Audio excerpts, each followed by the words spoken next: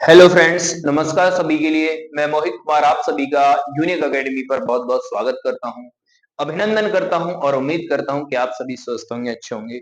जैसा कि आप देख पा रहे हैं, क्लास 10 का चैप्टर नंबर 1 है ये मैथ का, जिसको आज हम डिस्कस करेंगे और इसके इंट्रोडक्शन के बारे में पढ़ेंगे। बहुत ही बेहतरीन तरीके से पढ़ेंगे, बिल्कुल डिटेल में पढ़ेंगे।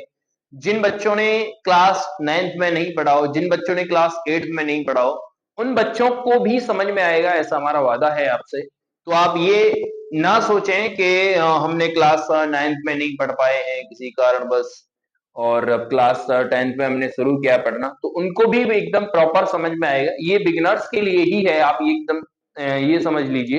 तो आप निश्चिंत रहें, बस आप हमारे साथ कंटिन्यूटी तरीके से जुड़े रहें और ये हम पूरा सिलेबस 3 महीने 2.5 महीने में खत्म। टारगेट हमारा है लास्ट 3 महीने का, उससे पहले ही खत्म करा देंगे, लेकिन ये हमारा विश्वास है। तो आप बने रहें हमारे साथ और उसके बाद में प्रैक्टिस है डे बाय डे। इसी चैनल पे हम क्लास 12th का मैथ भी शुरू कर रहे हैं, जो कि आगे आने वाली वीडियोस में आप देखेंगे। तो जो बच्चे क्लास 10th की तैयारी कर रहे हैं मैथ्स की, तो वो यहाँ से इसी प्लेटफॉर्म से तैयारी कर सकते हैं। दूसरा, जो बच्चे 12th में आए हैं, वो बच्चे अगर तैयारी करना चाहते हैं तो वो भी इसी प्लेटफॉर्म से तैयार कर सकते हैं। निश्चित रूप से सारी चीजें एकदम डिटेल में डिस्कस होंगी, आप निश्चिंत रहें। तो बने रहे हमारे साथ। धन्यवाद, थैंक्स फॉर वॉचिंग। देखिए, यहाँ कह रहा है रियल नंबर। रियल नंबर का मतलब है वास्तविक संख्या। हिंदी में इसको क्या बोला जाता है? वास्तविक संख्या। हिंदी में क्या बोला जाता है? वास्तविक संख्या। क्या बोला जाता है जी? मतलब आपको ये चीज क्लियर हो ही नहीं होगी इसके नाम से ही। वास्तविक का मतलब हो गया कि जो वास्तव में ही संख्याएं हैं, है ना, उनको हम वास्तविक संख्या। बेसिकली दो प्रकार की होती है। एक होती है जो कि आपके सामने वास्तविक संख्या, एक होती है काल्पनिक संख्या, जिसको इमेजिनरी नंबर इंग्लिश में बोला जाता है, जो कि आप डिस्कस करेंगे क्लास 11th और 12th। ठीक है। तो बेसिकली रियल नंबर्स के अंतर्गत कितने सारे नंबर्स आते हैं?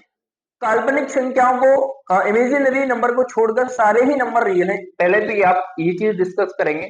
मैं ओरली सारी चीजों को डिस्कस कर देता हूं। जैसे कि हमने पहली जो संख्याएं हैं, प्राथमिक संख्या जिनको बोला जाता है। प्राथमिक का मतलब मैं बोलूं पहली संख्या। पहली संख्या का मतलब प्राकृतिक संख्या। चीजों को समझना मैं क्या बोल रहा हूं। तो पहली संख्या, या फिर बोलिए आप प्राकृतिक संख्या, जिनको इंग्लिश में नेचुरल नंबर बोला जाता है, तो वो जो संख्या 1 से स्टार्ट होती है और इनफाइनाइट तक जाती है, उनको हम क्या बोलते हैं? प्राकृतिक संख्या बोलते हैं। फिर होती है पूर्ण संख्या, जिन प्राकृतिक संख्याओं में हम जीरो को भी ऐड कर देते हैं तो वो पूर्ण संख्या बन जाता है। और फिर इसके बाद आती है पूर्णांक संख्या, जिसको इंग्लिश में बोला जाता है इंटीजर नंबर। ये सारी चीजें ऑलरेडी आपसे आती होंगी, इसलिए हमें यहाँ पे समय ज्यादा नहीं देना है। मैं बस केवल आपको रिवाइज करा रहा हूं कि ये संख्याएं रियल संख्याएं हैं, कहने का मतलब यह। तो आपने क्या बोला? हमने क्या बोला कि जी रियल संख्या कौन कौन सी हो गई? इंटीजर नंबर हो गए, पूर्णांक संख्या हो गई, जो कि लेफ्ट हैंड साइड में हमारा होता है प्लस, और right hand side, sorry, right hand side में होता है हमारा प्लस और लेफ्ट हैंड साइड में होता है हमारा माइनस। तो ये सारी संख्याएं जो होती हैं जीरो से प्लस वाली साइड में, जीरो से अगर इधर जाएंगे आप तो ये सारे प्लस वाले नंबर मिलेंगे इनफाइनाइट तक, और जीरो से इधर जाएंगे तो ये सारे माइनस के नंबर मिलेंगे इनफाइनाइट तक। बात क्लियर होगी? तो इनको हम बोलते हैं पूर्णांक संख्या, इंटीजर नंबर। अच्छा, फिर आती है बात सम इवन संख्या की। इवन संख्या क्या होती है? जो नंबर 2 से डिविजिबल हो। क्या हो? 2 से डिविजिबल हो। 2 से क्या हो जी? डिविजिबल हो। 2 से क्या हो? डिविजिबल हो। इंग्लिश स्पेलिंग्स में थोड़ा सा देख लेना। तो क्या है कि 2 से डिविजिबल जो नंबर होंगे वो क्या होंगे? क्या होंगे? इवन होंगे। और जो 2 से डिविजिबल नहीं होंगे वो क्या होंगे? ऑड होंगे। बात समझ में आई या नहीं आई? तो ये चीज आपको आनी चाहिए। तो इस बात को आपको ध्यान में रखना है। दूसरी चीज क्या है? अब ये इवन और ऑड का केस खत्म हो गया। अब आता है प्राइम नंबर। क्या होता है? Prime number. प्राइम नंबर जो केवल ओनली टू फैक्टर जिनके होते हैं। क्या होते हैं जी? टू फैक्टर जिनके होते हैं, टू फैक्टर्स जिनके होते हैं वो क्या होते हैं? प्राइम नंबर होते हैं। और मोर देन टू फैक्टर जिनके होते हैं, मोर देन टू फैक्टर जिनके होते हैं, मोर देन टू फैक्टर्स जिनके होंगे मेरे भाई, वो क्या होंगे, कंपोजिट नंबर होंगे। कौन से होंगे, कंपोजिट नंबर होंगे, जिनको बोलेंगे भाज्य संख्या। हिंदी वाले भी समझ लेंगे, भाज्य संख्या। और यहां होंगी अभाज्य संख्या, अभाज्य संख्या। तो इस बात का आपको ध्यान में रखना है। बात यहां तक समझ में आ गई। फिर जो यहां पर चैप्टर में हमें पढ़ना है वो क्या पढ़ना है कि हमें पढ़ना है परिमेय संख्या, जिनको बोला जाता है रेशनल नंबर। क्या बोला जाता है, रेशनल नंबर। तो जिन संख्याओं को हम P अपॉन Q की फॉर्मेट में लिख सकते हो उनको ही हम क्या बोलेंगे, रेशनल नंबर बोलेंगे। क्या बोलेंगे जी, रेशनल नंबर बोलेंगे। अब समझ लीजिए थोड़ा सा, यहां पे हम थोड़ा सा डिस्कस करेंगे। बहुत अच्छा टॉपिक है जो कि यहां से कंपटीशन में भी सवाल बनते हैं, इसलिए हमें यहां पे इसको डिस्कस करना बहुत जरूरी है। तो हमने क्या बोला जी, रेशनल नंबर बोला। क्या बोला, रेशनल नंबर बोला है हमने। इसको हिंदी में बोला जाता है परिमेय संख्या। क्या बोला जाता है, परिमेय संख्या। वे संख्या जो P अपॉन Q की फॉर्मेट में लिख जाए, वे संख्या जो P अपॉन Q की फॉर्मेट में लिख जाए, बट Q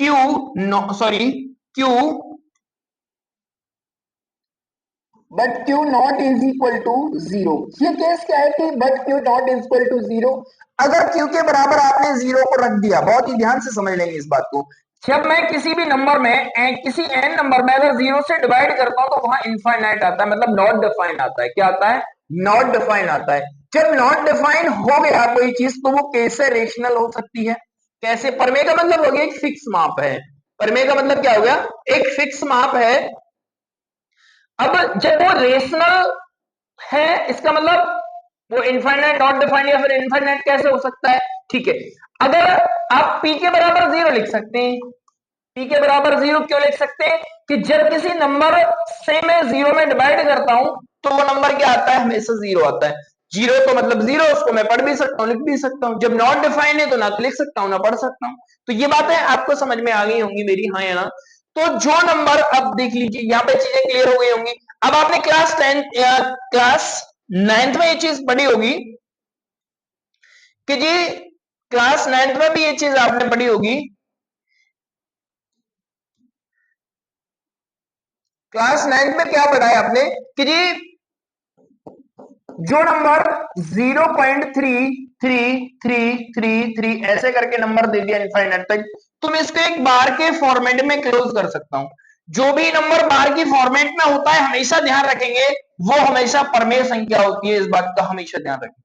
जो नंबर बार की फॉर्मेट में होता है, मैं आपको केवल एग्जांपल दे के समझाने का प्रयास कर रहा हूं, जो नंबर बार के फॉर्मेट में होता है वो हमेशा रेशनल होता है। इस बात का आपको ध्यान में रखना है। अच्छा, अगर मैंने किसी नंबर को ऐसे करके ब्रेक कर दिया, बस 0.356 कर दिया, तो ये भी एक क्या हो गया, रेशनल नंबर हो गया। क्यों हो गया, क्योंकि जब मैं पॉइंट हटाऊंगा तो यह क्या होगा, जब मैं पॉइंट हटाऊंगा तो ये होगा 365। कितने डिजिट बाद पॉइंट है, आप बोलेंगे जी 3 डिजिट बाद है, तो वहां नीचे आ जाएगा 1000। तो ये हो गया मेरे भाई P और ये हो गया हमारा Q। बात यहां तक समझ में आई नहीं। तो पॉइंट्स अगर ब्रेक है मतलब ये नॉन टर्मिनेटिंग है तो फिर ये क्या हो जाएगा, रेशनल हो जाएगा। बोलो हाँ या ना। ये बात आपकी समझ में आई होगी, मुझे उम्मीद है, ठीक है। अच्छा, अगर इसी प्रकार से अगर कोई भी नंबर ऐसे आ जाता है, कैसे आ जाता है कि जी मैंने बोला 0.1213210001 इस तरीके से। अब यहां ना तो फिक्स है और नहीं, जब यहां पर ना ही नॉन टर्मिनेटिंग है नॉन रिपीटिंग है तो फिर ये क्या होगा, हमेशा इरेशनल कंडीशन में जाएगा, रेशनल कंडीशन में जाएगा, मतलब अपरिमेय संख्या होगी। यहां तक बात क्लियर हो गई। एक बहुत बड़ा मिथ है, बहुत बड़ा लोगों को कंफ्यूजन रहता है कि जी पाई कैसा नंबर है। अगर बेसिकली पाई का डिस्कस किया जाए तो पाई हमेशा इरेशनल नंबर होता है। बात यहां पर बहुत ही गांठ बांध लेना कि जब पाई की बात की जाती है तो हमेशा पाई इरेशनल नंबर होता है। अगर पाई की वैल्यू, आपकी भाषा में पाई की वैल्यू की बात की जाए तो ये हमेशा रेशनल नंबर होता है। अब क्वेश्चन कम्स टू माइंड कि जी पाई अगर इरेशनल है और पाई के बराबर होता है 22/7। तो ये कैसे रेशनल हो सकता है? बिल्कुल आपकी सही बात है, लेकिन आप इस बात को थोड़ा सा ध्यान से समझिए कि जो 22/7 लिया गया है ना, ये 22/7 ये केवल इसका मानक मान है, इसका एग्जैक्ट मान अभी तक कहीं भी किसी को भी पता नहीं चला है। तो बहुत सारी बुक्स इस पे लिखी जा चुकी हैं, बट कहीं भी इसका मान अभी डिस्कस नहीं किया गया है।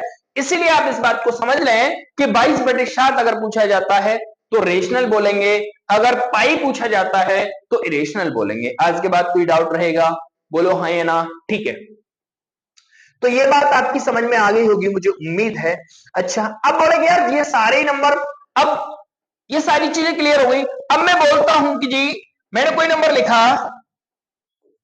नंबर लिखा ऐसे कि ये तो पी अपॉन क्यू की फॉर्मेट में है ही नहीं। बिल्कुल मेरी नजर से देखिए, मैंने इस नंबर को एक से भी तो डिवाइड कर सकता हूं। तो ये नंबर हो गया पी और ये नंबर हो गया क्यू। बात समझ में आ गई? इसका मतलब क्या हो गया कि दुनिया के सारे नंबर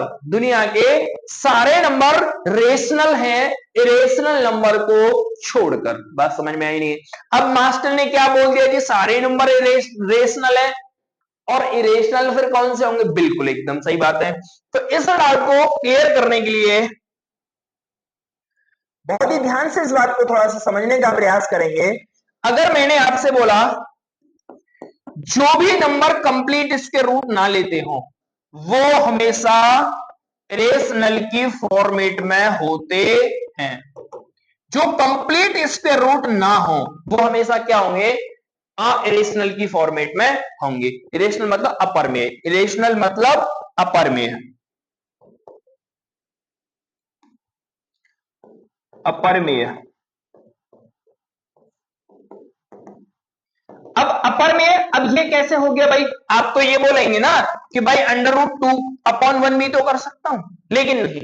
अब एक बात समझिए, अगर मैं इसका स्क्वायर रूट निकालता हूं तो 1.1.414 डॉट डॉट डॉट कभी खत्म नहीं होगा। अब इसका स्क्वायर रूट निकाल के देखना √2 का, तो कभी खत्म नहीं होगा। अब क्वेश्चन कम्स टू माइंड, यार खत्म क्यों नहीं होगा? खत्म बाबू इसलिए नहीं होगा क्योंकि अगर हम इसका पॉइंट लगाएंगे और 0 0, तो पॉइंट के बाद में कितनी भी इनफाइनाइटली 0 ऐड कर सकता हूं, उससे कोई फर्क नहीं पड़ेगा। जब मैं इनफाइनाइटली 0 ऐड कर सकता हूं तो ये तो कभी खत्म नहीं होगा ना, और खत्म नहीं होगा तो इसीलिए ये क्या है? Irrational number. इस बात का आपको ध्यान रहेगा। तो मुझे उम्मीद है कि आपको इससे किसी भी प्रकार का कोई भी डाउट नहीं रहा होगा। बात क्लियर है नॉट? तो ये बात आप समझ पाए होंगे मुझे उम्मीद है। क्लियर भाई? तो रेशनल, इरेशनल, परमेय, अपरमेय, plus integer, even, odd, prime और कंपोजिट, ये सारी चीजें क्लियर हो गई। तो हमने 10 से 5 मिनट के समय में, 5 से 10 मिनट के समय में ये सारी चीजें डिस्कस कर ली जो कि हमें कक्षा 7th में, कक्षा 6th में, 7th में, 8th में ये सारी चीजें पढ़ाई जाती हैं। वो हमने चीजें आज डिस्कस कर की है। किस लिए की है? क्योंकि मुझे पता है कि मेरे बहुत सारे भाई आज पहली बार हो सकता है मैथ में रुचि लेने की सोच रहे हो, तो आज से ही मैं उनको ये नहीं बताना चाहता, बोझ नहीं देना चाहता कि ये चीजें इतनी मुश्किल हैं। ये चीजें बहुत आसान है, बशर्ते आपने कभी उनको देखा नहीं है। समझ गए ना? तो कई बार क्या होता है कि हम कोई भी चीज हो, अगर मान लीजिए हमारा कोई बहुत बड़ा आप ये समझिए बहुत बड़ा प्रेमी है हमारा, और हम उससे सालों बाद मिलते हैं तो उसको भी भूल जाते हैं। तो ये तो पढ़ाई है, समझ गए होंगे मुझे उम्मीद है। ठीक है, आगे की बात क्या है? बहुत ही ध्यान से समझेंगे इस बात को।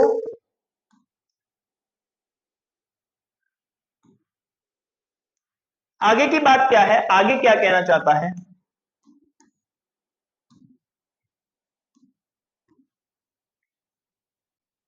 ये संख्याओं से जो भी डाउट्स थे वो सारे क्लियर हो गए। अब ये एक ट्री मेथड जिसको बोला जाता है, क्या बोला जाता है जी? ट्री मेथड है। ये एक एल्गोरिदम है जो कि आपको इससे आपको एचसीएफ एलसीएम निकालने होते हैं, the fundamental theorem of the arithmetical. ठीक है ना? तो ये केवल कुछ नहीं है, जैसे आपने कक्षा 1 में, कक्षा 2 में आपके टीचर ने बोला होगा कि जी आपको मैं एक डिवाइड देता हूं, जैसे कि आप ये बहुत छोटे स्तर से मैं बताने का प्रयास कर रहा हूं आपको। जैसे मैंने बोला आपको कि जी 5 से डिवाइड देना है, मान लीजिए 26 में। ठीक है, तो आप बोलेंगे 5 5 25, और जो रिमाइंडर बचा वो बचा 1। तो आप ये समझेंगे, आप इसको जो बोला जाता है विभाज्यता की जांच करना। विभाज्यता की जांच कैसे होती है?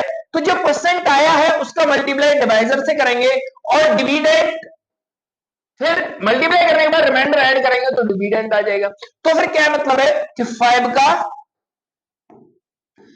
मल्टीप्लाई अगर मैं 5 से करता हूं प्लस 1 करता हूं तो ये 26 के बराबर आना चाहिए। यही है इसमें भी।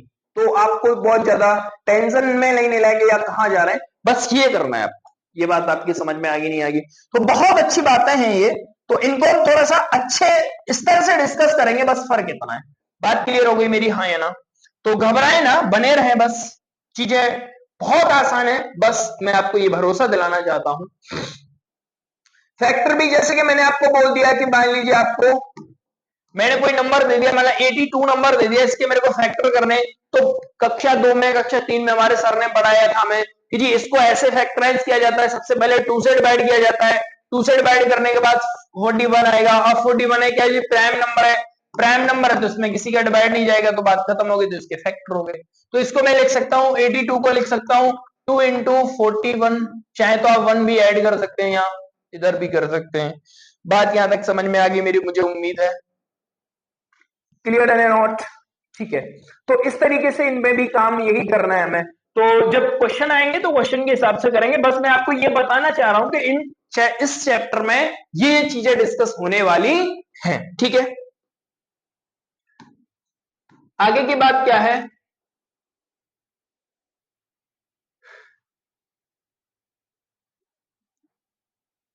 आगे यही चीज बोली है, जब किसी नंबर को, जैसे कि मैंने बोला कि जी मैंने बोला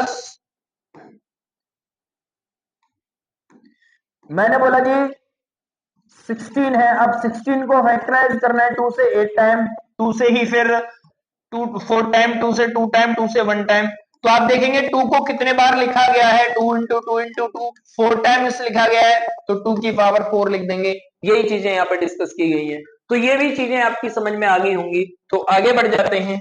आगे क्या कह रहा है?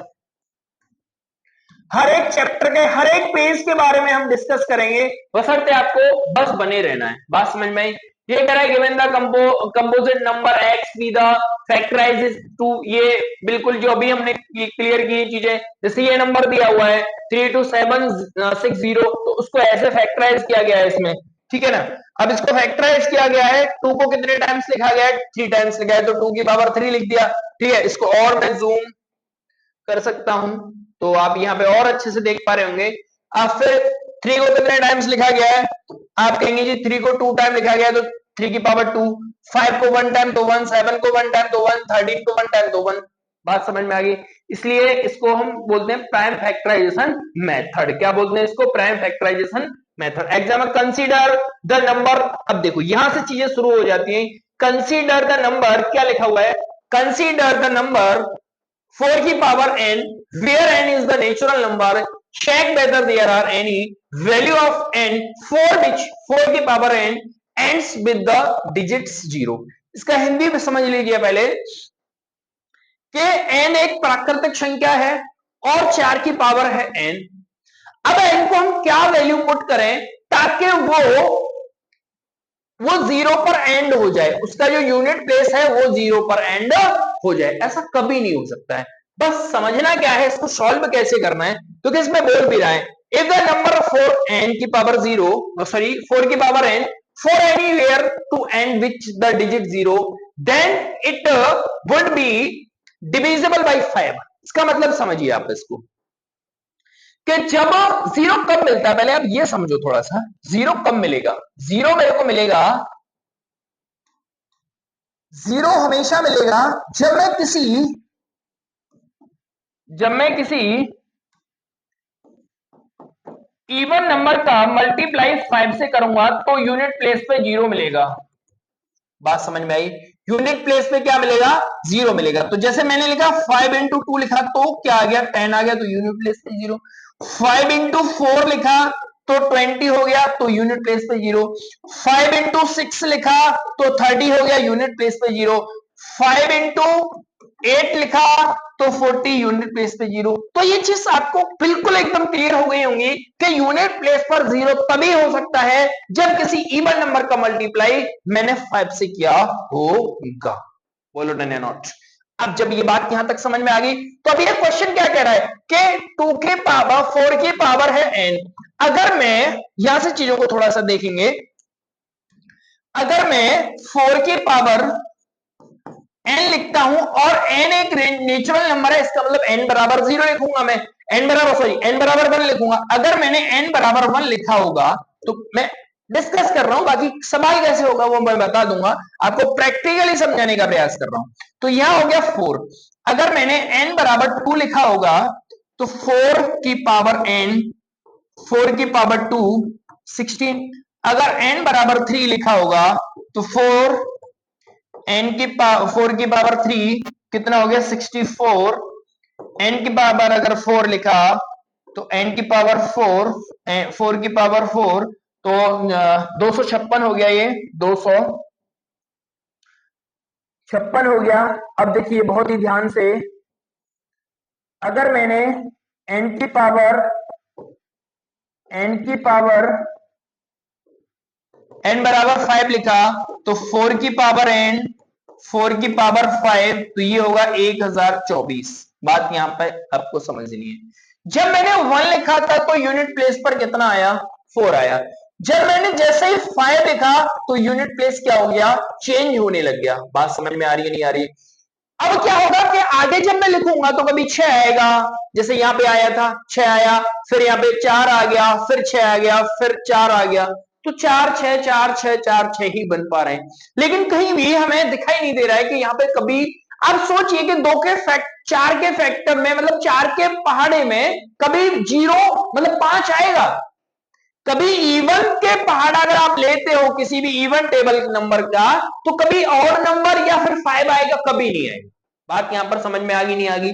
तो बस आपको ये बात ध्यान में रखनी है। इसलिए क्या कहना चाह रहा है, इसलिए कह रहा है कि 4 की पावर n, तो मैं इसको लिख सकता हूं 2 की पावर 2n।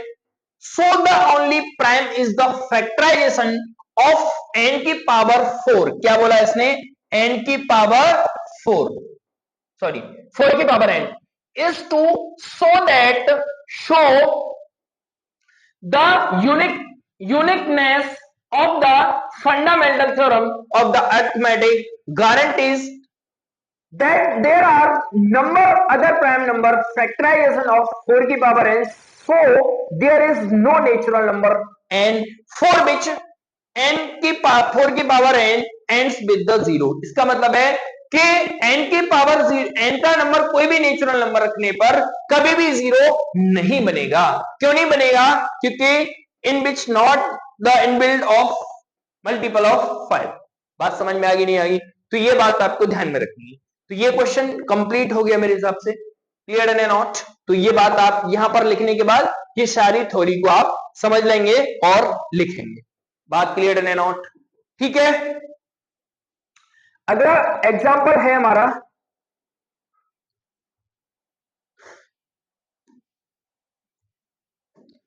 अगला एग्जांपल क्या कह रहा है, find the LCM and HCF of 6 and 20 by the prime factorisation method. बहुत अच्छा सवाल है, बहुत अच्छा सवाल है। तो इसको थोड़ा सा ध्यान से समझने का अगर प्रयास करेंगे आप मेरी बात का तो बहुत अच्छे से समझेंगे। तो हमें क्या करना है, एलसीएम और एचसीएफ निकालना है प्राइम फैक्टराइजेशन मेथड से। तो मैं कौन से नंबर है भाई, 6 एंड 20, 6 एंड 20 नंबर है। अब पहले मैं 6 का फैक्टर करता हूं, 6 का फैक्टर 2 3 3 1। बात समझ में आएगी। तो मैं 6 को कैसे लिख सकता हूं, 2 गुणा 3 गुणा, बस यहां पे चाहे तो आप 1 भी लिख सकते हैं क्योंकि एक तो सबका ही मल्टीपल होता है। अब 20 को लिखा 2 10 2 5, अब 2 का तो जाएगा नहीं, डायरेक्टली 5 का जाएगा 5 और यहां आ गया जी 1। बात क्लियर है। तो मैं 20 को क्या लिख सकता हूं, 1 इंटू 2 इंटू 2 इंटू 5। बात क्लियर है। अगर मेरे को एलसीएम निकालना है, पहले समझिए इस बात को, अगर मेरे को एलसीएम निकालना है तो आप क्या देखेंगे कि यहां पर कॉमन क्या क्या है। पहले तो ये देखिए, कॉमन है 2 है यहां, इधर भी 2 है तो आप 2 लिख दो, 2 लिख दिया। फिर देखो यहाँ पे और कुछ है नहीं है, पहले इसको देखो, फिर यहाँ क्या है 3 है, यहाँ 3 नहीं है तो 3 भी लिखना पड़ेगा हमें। जो चीज कॉमन है उसको केवल एक बार देखेंगे, और जो चीज दोनों में अलग अलग है वो सारी चीजें भी आएंगी। अब यहाँ क्या है 2 है तो 2 लिख दिया, एक्स्ट्रा 2 है। यहाँ 5 है तो यहाँ 5 लिख दिया। बात यहां तक समझ में आ गई नहीं आ गई? तो अब क्या हो गया इसका एलसीएम, 2 10 30 2 इंटू 2 60। तो इनका जो एलसीएम आएगा वो क्या आएगा 60। क्या आएगा भाई, इनका एलसीएम क्या आएगा 60। आ रहे गई, हाँ ये रहा। बात यहां तक समझ में आ गई? अब देखेंगे एचसीएफ क्या होगा इसका। एचसीएफ क्या होगा बहुत ही ध्यान से। अब देखो कॉमन चीज देखिए, कॉमन क्या है 2 है और इधर 2 है और उधर ऊपर 1 भी है, जरूरी नहीं लिखना, लेकिन इस बात को थोड़ा सा ध्यान से समझ लेंगे।